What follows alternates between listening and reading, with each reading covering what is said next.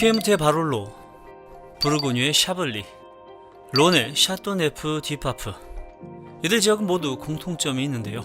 그것은 바로 이곳에서 생산하는 와인의 이름과 해당 지역 명칭이 동일하다는 겁니다.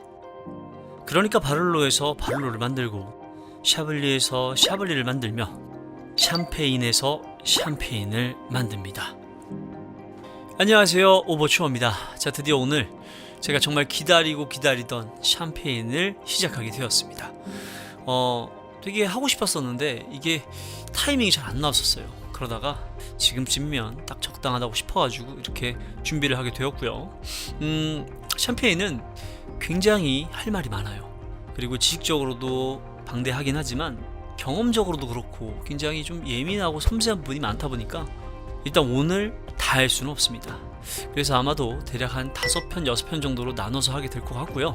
오늘 그 첫 번째 시간, 입문자에게 유독 샴페인이 어려운 이유에 대해서 알아볼 겁니다.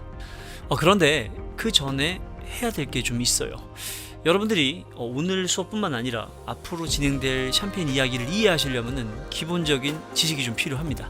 그래서 거기에 대해서 먼저 이야기를 하고 오늘의 주제인 샴페인의 입문하기 어려운 부분에 대해서 이어가도록 할게요.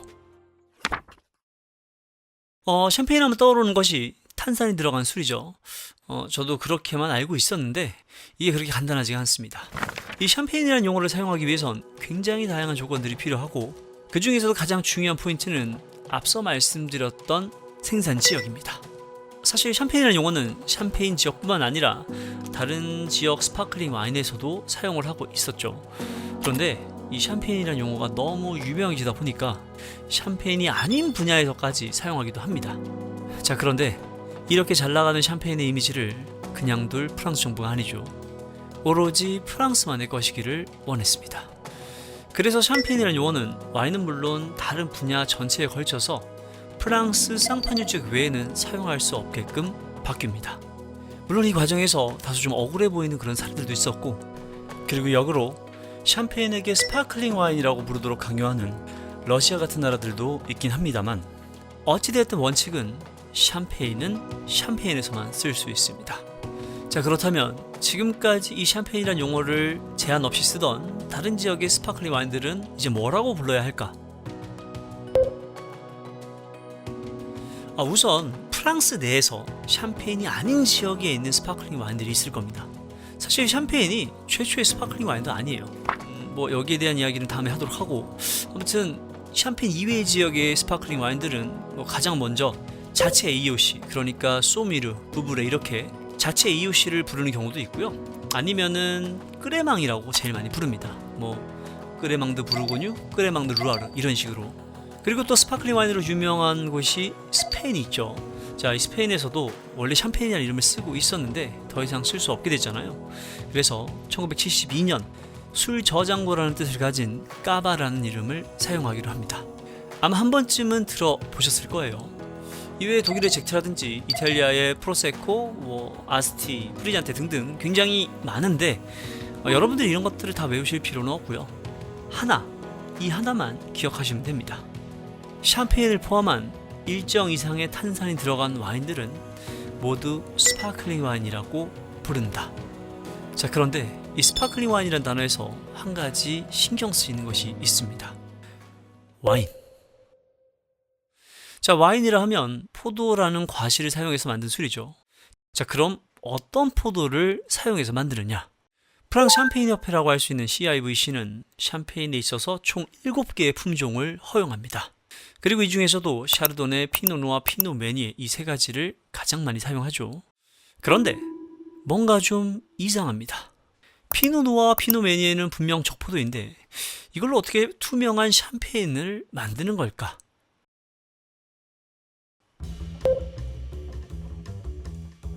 자, 와인 양조에 있어서 핵심은 발효, 그 중에서도 효모를 이용한 알코올 발효입니다.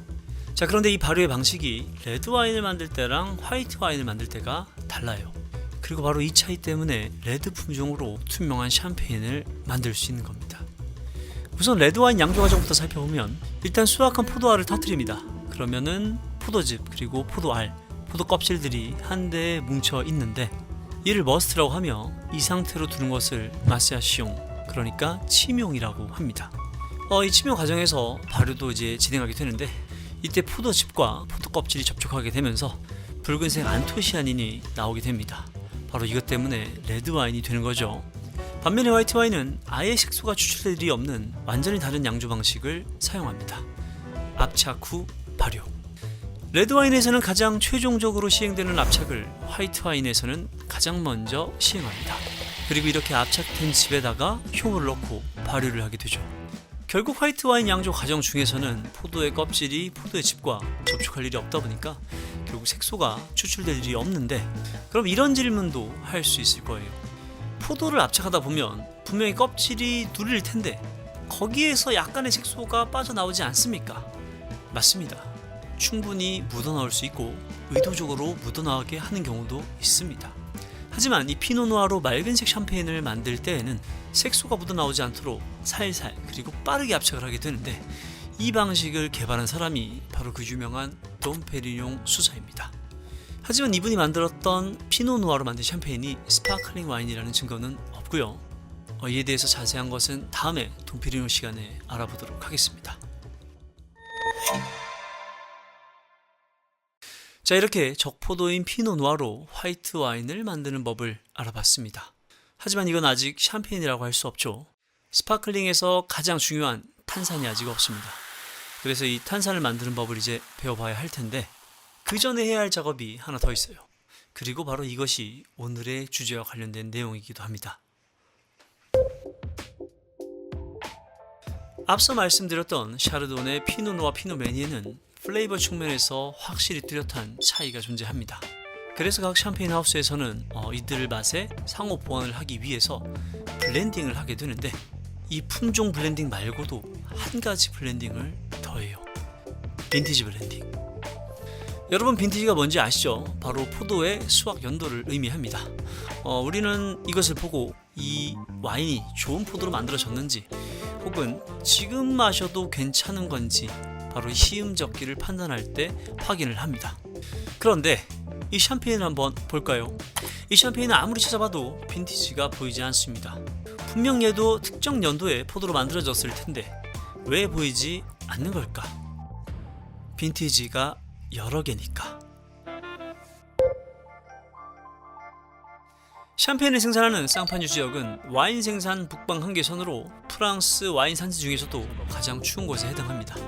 하지만 이것보다도 문제가 되는 것은 매해 달라지는 날씨의 컨디션, 그리고 이에 따른 포도 품질의 편차입니다. 당연히 와인의 품질도 들쭉날쭉하겠죠. 그래서 샴페인 하우스에서는 이러한 제품의 불안정성을 보완하기 위해 빈티지 블렌딩이라는 것을 개발하게 되는데, 이것은 품질이 좋았던 해의 와인과 그렇지 못했던 해의 와인을 섞어서 최소한의 퀄리티를 유지할 수 있는 방법입니다. 이렇게 하려면 해마다 생산한 일정량의 와인을 저장해 둬야겠죠.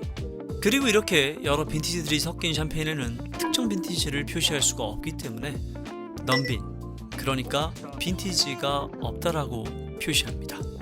물론 이후에 베브클리코 여사에 의해서 빈티지 샴페인도 생산되긴 하지만 그래도 샴페인의 근본은 넘빈입니다. 그런데 이 넘빈 때문에 우리 마린이들의 샴페인 입문이 더욱 어려워질 수 있습니다. 며칠 전 새벽에 제가 열심히 대본을 작성을 하고 있다가 갑자기 좀 많이 땡겨가지고 셀러에서 레드와인 한 병을 꺼냈습니다. 그리고 급하게 따가지고 마셔봤는데 진짜 맛이 없었어요. 너무 단순하고 알코올도 굉장히 튀고 정말 뭐 장점이라고는 하나도 없었는데, 사실 이 와인이 제가 예전에 마셨던 와인이고 또 제가 좋아하는 와인이라서 딴 거거든요. 그래서 뭐가 이상하다고 확인을 해봤는데 알고 보니까 빈티지가 2020이었습니다. 당연히 이런 와인은 맛이 있을래야 맛이 있을 수가 없죠. 숙성이 안 되었으니까.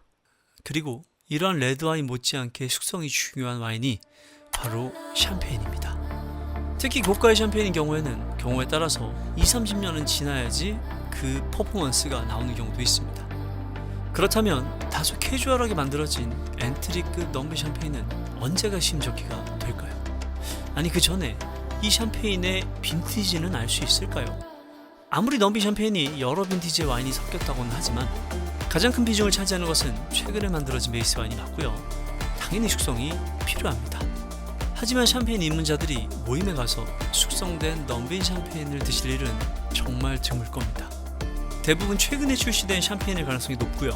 모임 주최자도 고작 엔트리 샴페인을 가지고 이거를 언제 샀는지, 얼만큼 내가 묵혔는지 뭐 이런 것들을 얘기하지는 않습니다.